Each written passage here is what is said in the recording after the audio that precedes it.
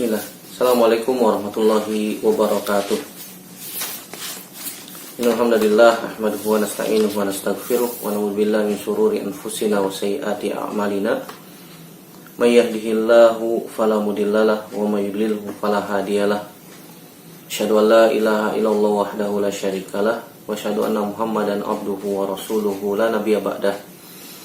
Ya ayyuhallazina amanu taqullaha haqqa tuqatih wa la tamutunna illa wa antum muslimun. Amma ba'du fa inna asdaqal hadits kitabullah wa khairal hadi Muhammadin sallallahu alaihi wasallam wa syarrul umuri muhdatsatuha wa kullu muhdatsatin bid'ah wa kullu bid'atin dhalalah wa kullu dhalalatin finnar. Ayol ikhwah jadallahu wa iyyakum ajmain. Alhamdulillah, segala puji hanya milik Allah Subhanahu wa taala yang kembali mempertemukan kita dalam media ini untuk melanjutkan pelajaran kita dari kitab Ad-Durus Al-Yaumiyah. Sekarang kita masuk pelajaran yang ke-73. Pelajaran ke-73 yaitu Al-Istisqa. Al-Istisqa maknanya adalah minta hujan. Minta hujan. Al-istisqa secara bahasa ay talabuka as-suqya li nafsika aw li ghairika. Al-istisqa maknanya secara bahasa talabuka as-suqya, minta air untuk diri kita sendiri, aw li ghairika, atau untuk selain diri kita. Adapun secara istilah, al-istisqa maknanya adalah talabuha minallahi ta'ala inda husulil jadbi ala wajhin makhsusin. Talabuha minallahi ta'ala inda husulil jadbi ala wajhin makhsusin. Itu kita minta air, minta dialirkan air, diturunkan hujan pada Allah Subhanahu wa taala ketika terjadinya musim kemarau, ketika terjadinya kekeringan, dengan cara-cara yang khusus, dengan cara-cara yang khusus. Dengan cara yang khusus diantaranya dengan salat. Yang dimaksud adalah salat istisqa atau biasa yang kita sebut dengan istilah salat minta hujan. Salat minta hujan atau salat istisqa termasuk salat-salat yang memiliki sebab, min zawatil asbab. Sebagaimana sudah kita bahas, ada salat-salat yang memiliki sebab, diantaranya salat kusuf, salat gerhana kemarin. Kita melakukan salat gerhana karena ada gerhana. Kita melakukan salat istisqa karena musim kemarau panjang tidak turun hujan, maka kita sholat istisqa, minta kepada Allah agar diturunkan hujan. Begitu juga nanti ada pembahasan sholat al-janaiz, sholat jenazah, karena ada sebab, yaitu karena ada seseorang yang meninggal. Dan sebab kita melakukan sholat istisqa ini karena kemarau panjang tadi sudah disebutkan. Karena kemarau panjang, kekeringan dalam jangka waktu yang cukup lama, cukup panjang, sehingga manusia mengalami kesulitan dalam masalah air, kekeringan, atau keringnya sumur-sumur, sungai-sungai, sehingga sumber mata air yang merupakan salah satu sumber utama kehidupan manusia ini tidak didapatkan di muka bumi, sehingga kita dianjurkan, disunnahkan untuk melakukan sholat istisqa. Bagaimana tata caranya? Kita akan bacakan dua hadis Nabi Shallallahu Alaihi Wasallam di dalam masalah ini. Hadis yang pertama, An Abdullah bin Asim al-Mazini al-Ansari qala kharaja an-nabiyyu sallallahu alaihi wasallam yastasqi fatawajjaha ila al-qiblati yad'u wa hawala ridaahu thumma shalla rak'ataini jahara fihima bil qira'ah wa fi lafzin ata al-musalla. Dari sahabat Abdullah bin Asim al-Mazini al-Ansari, sahabat yang mulia yang ikut perang Uhud dan beberapa peperangan bersama Nabi Shallallahu Alaihi Wasallam. Beliau pernah mengatakan radhiyallahu ta'ala anhu, kharajan Nabiyyu Shallallahu Alaihi Wasallam yastasqi. Nabi Shallallahu Alaihi Wasallam pernah keluar untuk sholat istisqa, minta hujan kepada Allah Subhanahu Wa Taala. Fatawajjaha ilal kiblati yad'u. Kemudian Nabi Shallallahu Alaihi Wasallam menghadap kiblat, berdoa kepada Allah Subhanahu Wa Taala. Wa hawwala ridaahu thumma shalla rak'ataini jahara fihima bil qiraah. Kemudian Nabi SAW merubah ridanya, pakaiannya yang tadinya dihamparkan ke kanan dihamparkan ke kiri. Merubah posisi pakaiannya ke arah kiri, dalam satu riwayat disebutkan ke arah kiri. Thumma shalla rak'atain. Kemudian Nabi SAW salat 2 rakaat.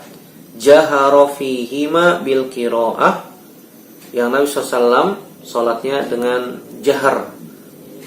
Wa fi lafzin atal musalla. Dalam lafaz yang lain disebutkan Nabi SAW mendatangi musalla, tempat yang luas, yang lapang, yang tidak ada bangunan dan tidak ada tumbuhan di atasnya. Dari hadis ini kita perhatikan secara zahir, Nabi SAW keluar untuk istisqa, minta hujan. Yang pertama yang Nabi lakukan SAW adalah berdoa. Tawajjaha ilal kiblah. Dalam lafaz hadis ini disebutkan Nabi SAW menghadap ke kiblat, kemudian berdoa, minta kepada Allah Subhanahu Wa Taala. Cara berdoanya bagaimana? Cara berdoanya disebutkan dalam riwayat yang lain, mengangkat tangan ke atas. Sampai nanti kita akan baca hadis Anas bin Malik radhiyallahu ta'ala anhu yang cukup panjang. Nabi SAW berdoa, mengangkat tangannya sampai ketiak Nabi SAW yang berwarna putih terlihat. Ketiak Nabi SAW yang berwarna putih terlihat. Berdoa, mengangkat tangan tinggi minta hujan kepada Allah Subhanahu Wa Taala. Kemudian setelah berdoa, Nabi SAW merubah posisi pakaiannya. Dan Nabi SAW biasa menggunakan 2 pakaian, yang bagian atas disebutnya rida, bagian bawah disebutnya izar. Zaman kita sebutnya kalau bagian bawah izar sarung. Kalau kita mungkin pernah lihat orang umroh, pakaiannya seperti itu ya. Seperti pakaian ihram, ada pakaian bawah namanya izar, pakaian atas namanya rida.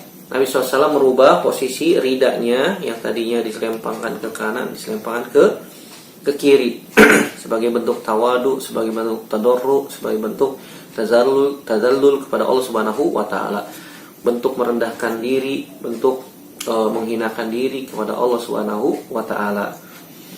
Setelah itu Nabi SAW salat 2 rakaat. Nanti kita akan bahas perbedaan ulama dalam masalah ini ya, dalam masalah ini. Dengan dibaca secara jahar, suaranya keluar. Wa fi lafzin atal musalla. Dalam riwayat yang lain disebutkan, dalam lafaz yang lain, Nabi SAW mendatangi musalla, tempat berkumpulnya manusia yang di atasnya tidak ada tumbuhan, tidak ada bangunan. Berkumpul manusia, mengumpulkan para sahabat, kemudian sholat berjamaah di tanah lapang tersebut. Nah, di sini Nabi SAW pernah, pada zaman Nabi SAW terjadi kemarau panjang, kekeringan, tidak ada hujan, tidak ada mata air yang mengalir, sehingga kesulitan untuk mendapatkan air. Kemudian Nabi SAW pun sholat istisqa. Kita ambil faidah dari hadis ini. Yang pertama, disyariatkannya sholat istisqa.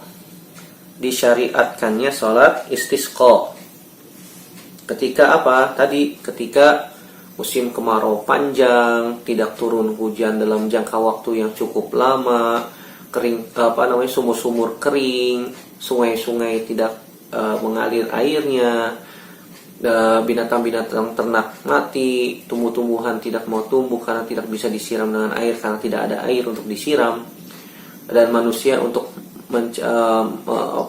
minum pun sulit, gitu ya. dalam jangka waktu yang cukup panjang, cukup lama sehingga manusia kesulitan untuk mendapatkan air, maka dianjurkan, disyariatkannya untuk sholat apa? Istisqa. Dan para ulama ijma atau sepakat bahwasanya sholat istisqa hukumnya mustahab, hukumnya sunnah, kecuali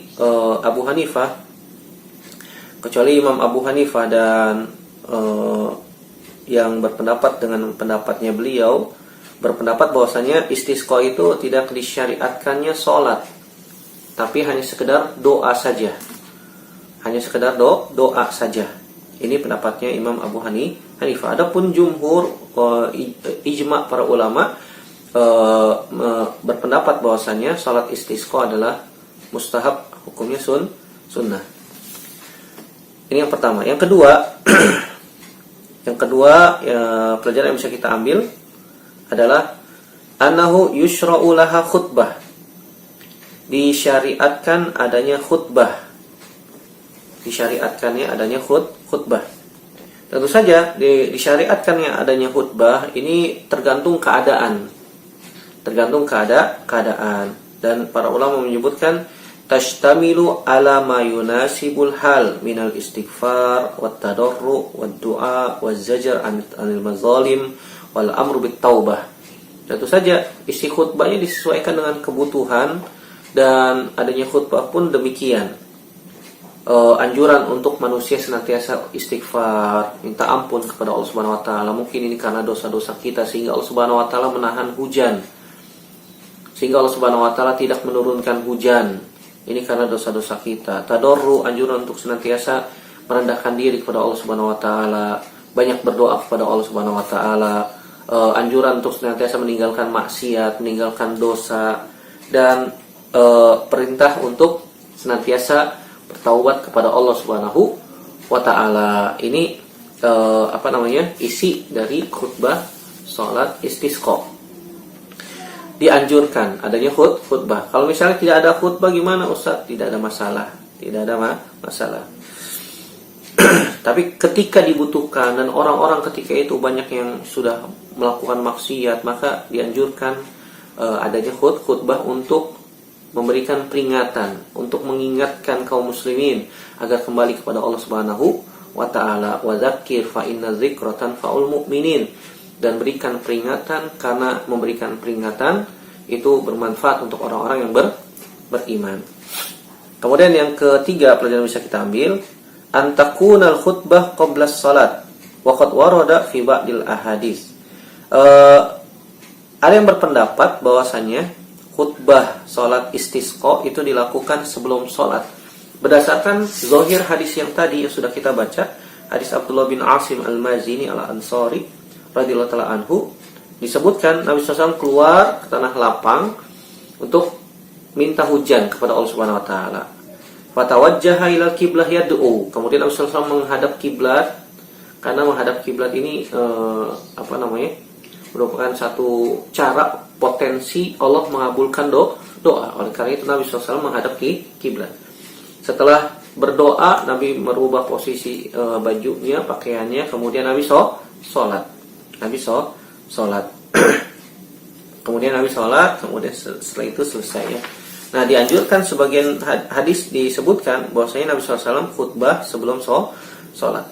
Tetapi di dalam Musnad Imam Ahmad disebutkan annahu yabda'u bis sholati qabla khutbah.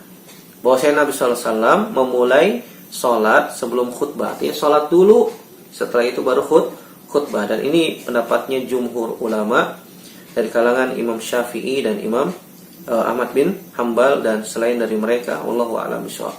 Dan ternyata setelah diperiksa, didapati dalam riwayat Imam Ahmad terjadi perselisihan juga. Perselisihan di dalam perselisihan ya, Masya Allah. Di dalam riwayat Imam Ahmad terdapat 3 riwayat yang menyebutkan di riwayat yang pertama mendahulukan sholat baru khutbah, sholat dulu baru khutbah. Di riwayat yang lain disebutkan khutbah dulu baru sholat. Di riwayat yang lain disebutkan tafsil, atau dibolehkan 2 perkara tersebut. Artinya dalam perkara ini luas, boleh khutbah dulu atau sholat dulu baru khutbah. Berbeda dengan sholat Idul Fitri. Sholat Idul Fitri Nabi SAW biasanya adalah sholat dulu baru khutbah. Berbeda juga dengan sholat Jumat. Sholat Jumat Nabi SAW khutbah dulu baru sholat. Tetapi kalau sholat istisqa di dalam riwayat Imam Ahmad sebutkan ada perbedaan yang cukup signifikan. Sholat dulu atau khutbah dulu atau sholat. Maka keduanya dibolehkan. Artinya mana yang lebih mudah bagi kaum muslimin untuk melakukannya, maka silakan dilakukan. Jadi yang salah gimana? Saling menyalahkan. Oh ini nggak boleh nih, khutbah dulu baru sholat. Oh enggak, sholat dulu baru khutbah. Ini yang salah. Ini yang salah. Artinya dalam masalah ini luas dan kita harus berlapang dada menerima khilaf tentang masalah ini. Jadi dua-duanya boleh khutbah dulu baru sholat atau sholat dulu baru khutbah. Berbeda dengan sholat Jumat atau sholat Idul Fitri. Kalau sholat Jumat ya khutbah dulu baru sholat. Sholat Idul Fitri sholat dulu baru khutbah. Wallahu a'lam bishawab. Pelajaran yang keempat yang bisa kita ambil, istiqbalul qiblah inda du'a li'annaha mazinatul ijabah. Menghadap kiblat ketika berdoa. Karena menghadap ke kiblat dalam ketika kita berdoa merupakan salah satu cara usaha potensi agar Allah Subhanahu wa taala mengabulkan doa kita. Kemudian yang kelima, pelajaran bisa kita ambil, masyru'iyatu tahwilir rida atna ad-du'a. Tafa'ulan bitahawuli halihim minal qahti wal jadbi ila rakha'i wal khasbi. Disyariatkannya merubah posisi pakaian ketika berdoa. Ustadz, kita kan nggak pakai rida, pakaiannya seperti ini. Gimana merubah posisi pakaiannya? Sebagian ulama menyebutkan ketika kita mau sholat istisqa, maka kita memakai pakaian yang paling sederhana. Dan Nabi SAW di sini menggunakan pakaian seperti pakaian ihram. Maka kalau kita mau mengikuti sunnah Nabi SAW, kita sholat istisqa menggunakan pakaian itu jika memungkinkan. Jika tidak memungkinkan, pakai pakaian yang paling sederhana cukup, insya Allah ya. Cukup. Dan ini tidak sampai derajat wajib, hanya disunahkan saja. Kenapa? Kita tafaulan, kita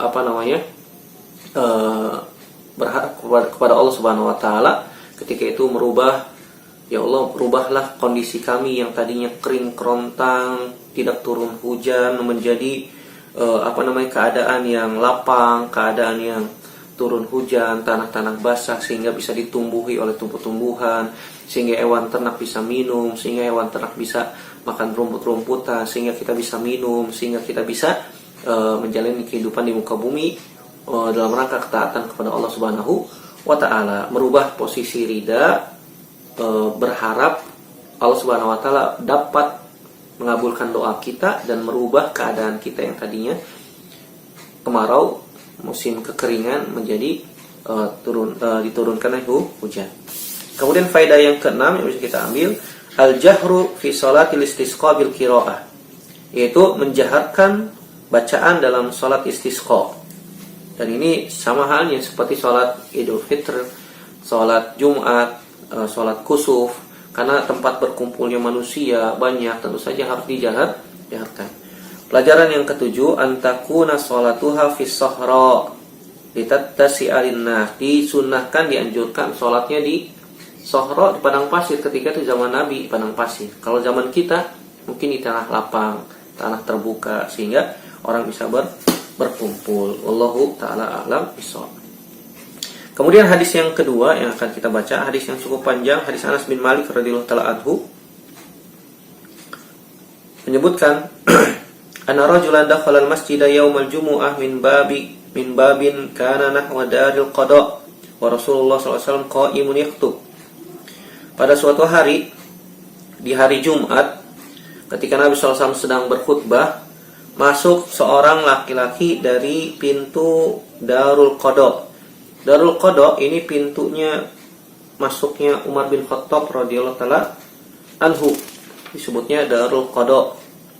Darul Qada di sebelah barat Masjid Nabawi ada sebuah pintu disebutnya Darul Qada, yang mana di sini adalah dar itu rumah miliknya, tempat arah masuknya Umar bin Khattab radhiyallahu taala anhu jika masuk ke dalam Masjid Nabawi. Nah, laki-laki itu masuk dari arah pintu tersebut. sedangkan Nabi SAW sedang khutbah Jumat. Fastaqbala Rasulullah SAW qa'iman, summa qala ya Rasulullah halakatil amwal wan qata'atis subul fad'ullaha yughithna. Laki-laki itu kemudian menghadap Nabi SAW seraya berdiri dalam keadaan berdiri, seraya mengatakan, wahai Rasulullah, harta binasa, jalan-jalan terputus, maka berdoalah kepada Allah agar diturunkan hujan. Karena ketika itu musim kemarau, tidak turun hujan panjang, hewan ternak pada mati, kelaparan, kehausan, kekeringan, dan jalan-jalan pun pada pecah-pecah gitu ya, karena padang pasir kering. Qala farafa Rasulullah SAW yadaihi. Kemudian Anas bin Malik mengatakan, kemudian Nabi SAW mengangkat kedua tangannya ke atas seperti ini. Dalam riwayat yang lain disebutkan sampai ketiak Nabi SAW terlihat. Kemudian Nabi SAW mengatakan, Allahumma agithna, Allahumma agithna, Allahumma agithna. Dalam riwayat yang lain disebutkan, Allahumma skina, Allahumma skina, Allahumma skina. Ya Allah, turunkanlah hujan kepada kami, ya Allah, turunkan hujan kepada kami. 3 kali. 3 kali. Kemudian Anas bin Malik mengatakan, fala wallahi ma nara fis sama'in min sahabin wala qaza'atin wa ma bainana wa bainas sal'in min baitin wala darin. Demi Allah, kata Anas bin Malik, ketika itu kami tidak melihat awan sedikit pun juga. Walaupun potongan kecil awan di atas kota Madinah tidak ada. Begitu juga di atas bukit-bukit, di atas gunung, di antara Sala'i. Sala'i itu gunung yang ada di kota Madinah, yang ada di dekat kota Madinah. Namanya Gunung Salak. Dan di atas Gunung Salak, bukan Gunung Salak ya, Gunung Salak. Sin, laf, lam, ain. Salak. Di atas Gunung Salak, di atas rumah-rumah pun tidak ada awan. Tidak ada awan. Qala fatala'at min wara'ihi sahabatun mislu turs. Kemudian tiba-tiba muncul dari belakang Nabi SAW awan yang besar, menyerupai sebuah perisai. Turs itu adalah alat yang digunakan perang untuk menjaga agar tidak terkena serangan pedang, ya, seperti perisai tameng ya. Tiba-tiba awan muncul dari belakang Nabi SAW seperti turs, seperti perisai yang sangat besar. Falamma tawassatatis sama intasharat thumma amtarat. Ketika awan tersebut sudah berada di atas kota Madinah, tepat di atas kota Madinah, kemudian awan-awan tersebut pun menyebar. Qala fala wallahi ma ra'ayna syamsa sabtan. Dalam riwayat yang disebutkan sittan. Demi Allah, kata Anas bin Malik, setelah itu kami tidak melihat matahari selama sepekan. Kami tidak melihat matahari selama sepekan. Maksudnya apa? Turun hujan selama sepekan, tidak henti-henti. Qala summa dakhala rajulun min zalikal bab fil jumu'atil muqbilah. Kemudian orang yang tadi dalam riwayat yang disebutkan, apakah itu orang yang dulu pekan lalu? Kata Anas bin Malik, wallahu a'lam, saya tidak tahu. Ada kemungkinan orang yang dulu atau orang lain ya. Kemudian ada orang lagi masuk di Jumat yang berikutnya dari pintu yang sama, dari bab Darul Qada. Kemudian laki-laki itu mengatakan, sedangkan Nabi sedang khutbah Jumat, ya Rasulullah, halakatil amwal wan qata'atis subul fad'ullaha yumsikha. Boleh dibaca yumsikuha, boleh dibaca yumsikha. Yumsikha anna. Wahai Rasulullah, jalan-jalan terputus, banjir, kebanyakan airnya. Air hujan turun selama 1 pekan, menimpa padang pasir, otomatis jadi lumpur, tidak bisa dilalui sebagai jalan. Halakatil amwal wan qata'atis subul. Harta-harta binasa, banjir, kemudian jalan-jalan terputus, maka mintalah kepada Allah Subhanahu wa taala agar hujannya dihentikan. Fad'ullaha yumsikha anna. Kemudian Nabi SAW mengatakan, kemudian Anas bin Malik mengatakan, farafa Rasulullah SAW yadaihi. Kemudian Nabi SAW pun kembali mengangkat tangannya. Kemudian mengatakan, Allahumma hawalaina wala alaina. Allahumma alal akam wazirab wa butunil audiyah wa manabitis syajar. Kemudian Nabi SAW berdoa, ya Allah hawalaina wala alaina, ya Allah turunkan hujan di sekitar kami saja, jangan di atas kami langsung. Ya Allah turunkanlah hujan di atas bukit-bukit, di atas gunung-gunung, di lembah-lembah, dan di tempat tumbuhnya tumbuh-tumbuhan. Kemudian Anas bin Malik mengatakan, fa'aqla'at wa kharajna namshi fisyamsi. Kemudian tiba-tiba pun awan itu menyebar di atas gunung-gunung, di atas lembah-lembah. Bahkan dalam riwayat Imam Bukhari disebutkan kota Madinah seperti dikelilingi oleh awan-awan di sekitar Madinah, seperti membentuk lingkaran di atas kota Madinah. Di atas kota Madinah cerah, adapun di sekitarnya kota Madinah gelap hujan. Qala Syarik, fasaltu Anas bin Malik ahwa rajul al-awwal, qala la adri. Syarik, perawi hadis tersebut, bertanya kepada Anas bin Malik, apakah orang yang bertanya tadi adalah orang yang sama seperti pekan yang seperti sebelumnya? Anas bin Malik mengatakan, la adri, saya tidak tahu. Dari hadis ini kita bisa ambil faidah. Yang pertama, masyru'iyatul khutbah qa'iman wa ibahatu mukalamatul khatib. Disyariatkannya khutbah dalam keadaan berdiri. Tadi sudah disebutkan perbedaan pendapat apakah khutbah dulu ataukah sholat dulu, dan dianjurkan adanya khutbah untuk memberikan peringatan kepada manusia, dan dianjurkan khutbahnya berdiri. Dan dari hadis ini juga dapat diambil pelajaran bahwasanya boleh seorang makmum sholat Jumat berbicara kepada khatib. Ini interaksi antara khatib dengan jamaah boleh.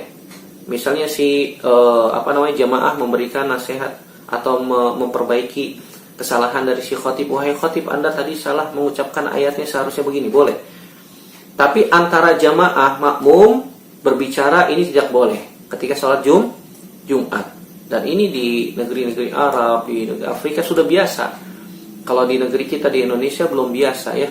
Kalau ada orang menasihati atau membenarkan kesalahan khatib, langsung dilihatin, ini orang kenapa nih, kan begitu. Jadi sesuatu yang aneh, padahal dibolehkan. Dibolehkan berbicara antara dua arah, khatib dengan makmum, dibolehkan sebagaimana hadis ini. Pelajaran yang kedua, masyru'iyatul istisqa fil khutbah. Dibolehkannya minta hujan ketika sedang khutbah. Oleh karena itu tadi disebutkan pendapatnya Imam Abu Hanifah bahwasanya istisqa itu tidak dianjurkannya sholat, hanya doa saja.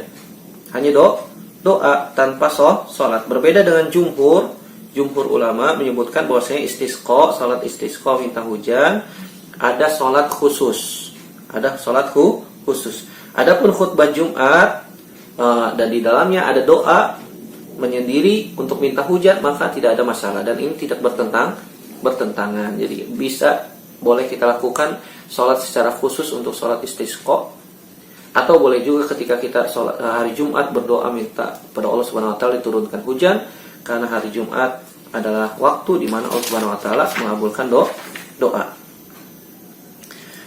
Pelajaran yang ketiga, raf'ul yadaini fid du'a li'anna fihi makna liftiqar. Dianjurkan untuk mengangkat tangan ketika berdoa salat istisqa tinggi, karena mengangkat doa itu bermacam-macam. Mengangkat tangan ketika berdoa bermacam-macam. Seperti ini mengangkat tangan berdoa ketika salat istisqa. Atau seperti ini berdoa doa masalah. Kita berdoa meminta sesuatu kepada Allah Subhanahu wa taala, apa saja seperti ini doanya. Terkadang seperti ini berdoa. Ini dilakukan oleh khatib ketika khutbah Jumat di khutbah yang kedua, berdoa dengan menunjukkan jari ke atas. Atau ketika sholat tahiyat akhir, tahiyat awal dengan digerakkan seperti ini juga berdoa di dalam sholat. Jadi berisyarat berdoa, caranya tadi ya, mengangkat tangan dalam berdoa. Allahu a'lam bishawab. Kalau sholat istisqa maka diangkat tinggi. Dalam riwayat yang lain disebutkan sampai ketiak Nabi terlihat yang berwarna putih. Kemudian pelajaran yang keempat yang bisa kita ambil dari hadis ini adalah mukjizat min mukjizatin Nabi wa karamati min karamatihi, termasuk mukjizat Nabi Shallallahu Alaihi Wasallam. Dalam beberapa riwayat Imam Nawawi menyebutkan bahwasanya mukjizat Nabi itu lebih dari 1000. Disebutkan ada seorang ulama, saya lupa namanya, menyebutkan tentang khusus hadis-hadis Nabi yang menyebutkan tentang mukjizat Nabi Shallallahu Alaihi Wasallam. Adapun suatu yang di luar kebiasaan manusia sebelum Nabi diangkat menjadi Nabi, sebagian ulama mengatakan itu bukan mukjizat, tapi karomah. Sebagaimana ketika Nabi masih kecil ada pembelahan dada, nah itu Nabi belum diangkat menjadi Nabi, karena mukjizat itu khusus untuk Nabi. Dan Nabi ketika masih kecil belum diangkat menjadi Nabi, maka sebagian ulama mengatakan itu karomah. Begitu juga ketika Nabi berjalan di naungi awan ketika masih kecil, nah ini sebutnya karomah. Atau ketika sedang safar perjalanan ke Syam kedua bersama Maisarah pembantunya Khadijah, Maisarah menceritakan bahwasanya Nabi dinaungi oleh awan. Ketika itu Nabi belum diangkat menjadi Nabi. Sebagian ulama mengatakan itu karomah, bukan mukjizat. Begitu juga kisah ini ketika Nabi SAW berdoa angkat tangan dan Nabi ketika itu sudah diangkat menjadi Nabi. Nah ini disebutnya mukjizat. Langsung dikabulkan oleh Allah Subhanahu wa taala. Pelajaran yang kelima, anna fi'lal asbab li talabi rizqi minad du'a wad darbi fil ardi la yunafi tawakkul 'ala Allah. Mencari sebab untuk melakukan sebab untuk mencari rizki, berdoa, bekerja, itu tidak menafikan tawakal. Dan kita sering katakan bahwasanya tawakal tidak menafikan sebab. Artinya tawakal dan mencari sebab harus berjalan beriringan bersama. Tidak dengan tawakal saja tanpa usaha, salah. Atau usaha saja mencari sebab tanpa tawakal kepada Allah, ini juga salah. Tetapi yang benar tawakal disertai dengan mencari sebab. Dan mencari sebab tidak menafikan tawakal kepada Allah Subhanahu wa taala. Kemudian yang keenam pelajaran yang bisa kita ambil, istihbabud du'a bihadzal du'a an-nabawi li talabil ghaiz. Dianjurkan berdoa dengan doa ini. Nabi SAW mengatakan Allahumma aghithna 3 kali. Dalam riwayat ini disebutkan Allahumma skina, ya Allah turunkan hujan kepada kami. Dan ini juga yang dilakukan oleh Umar bin Khattab ketika musim kemarau, bertawasul dengan zatnya pamannya Nabi Abbas bin Abdul Muttalib radhiyallahu taala anhuma, dengan perantara orang soleh yang masih hidup. Dan ini hukumnya boleh, boleh. Makanya pelajaran yang ke-7 adalah jawazu talabid du'a mimman yazunnu fihim as-salah wal tuqa. Dibolehkan minta doa kepada orang yang kita anggap dia orang soleh, dia orang bertakwa. Sebagaimana lelaki ini datang kepada Nabi. Beliau, laki-laki ini berprasangka baik, ini orang Arab Badui dari kampung.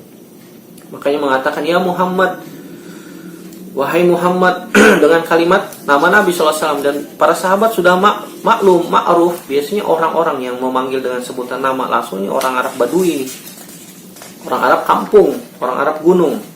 Dengan mengatakan wahai Muhammad, halakatil amwal wa inqata'atis subul, dan seterusnya. Dalam riwayat ini disebutkan ya Rasulullah, wahai Rasulullah. Jadi boleh kita minta doa, wahai orang soleh, wahai fulan, doakan agar kita dimudahkan urusannya. Boleh. Ketika itu minta doa kepada orang yang soleh dan masih hidup. Ini termasuk tawassul yang dibolehkan. Dan Syekhul Islam Taimiyah menyebutkan bahwasanya tawassul itu ada 3 macam. Ada 2 yang dibolehkan dan yang 1 diharamkan. Adapun yang dibolehkan adalah talabud du'a illahi minal hayy allazi yazunnu fihi al-khair. Tadi sudah disebutkan. Kita minta doa kepada orang yang masih hidup, yang kita berprasangka baik, dia adalah orang baik. Wahai Ustaz, tolong dong doain saya supaya lulus ujian. Orangnya masih ada, masih hidup, boleh. Yang kedua, tawassul bi fi'lil a'malis shalihah. Tawassul dengan amal-amal soleh. Boleh. Seperti kisah 3 orang yang terjebak di dalam gua. Nah, ini bertawasul dengan amal soleh. Atau dengan Asmaul Husna, ini dibolehkan juga. Ya Hayyu ya Qayyum, ya Razzaq urzuqni, ya Rahman irhamni, dan seterusnya.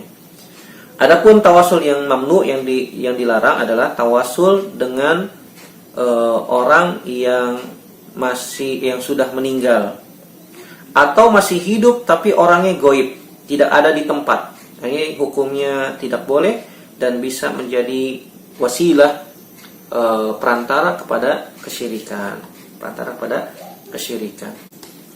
Wallahu taala a'lam bishawab. Dan ini yang berkaitan tentang salat istisqa secara ringkas. Salat cara minta hujan kepada Allah Subhanahu wa taala. Demikian yang bisa kita bahas pada kesempatan kali ini. Semoga yang sedikit ini bermanfaat untuk saya pribadi dan semua yang mendengarkan, dan semoga Allah Subhanahu wa taala memberikan kepada kita kemudahan taufiknya agar kita bisa mengamalkan ilmu yang telah kita dapatkan, dan semoga Allah Subhanahu wa taala kembali menghimpun kita di surganya tanpa hisab dan tanpa azab. Amin ya rabbal alamin. Kita tutup dengan doa kafaratul majlis. Subhanaka Allahumma wa bihamdika asyhadu an la ilaha illa anta astaghfiruka wa atubu ilaik. Wassalamualaikum warahmatullahi wabarakatuh.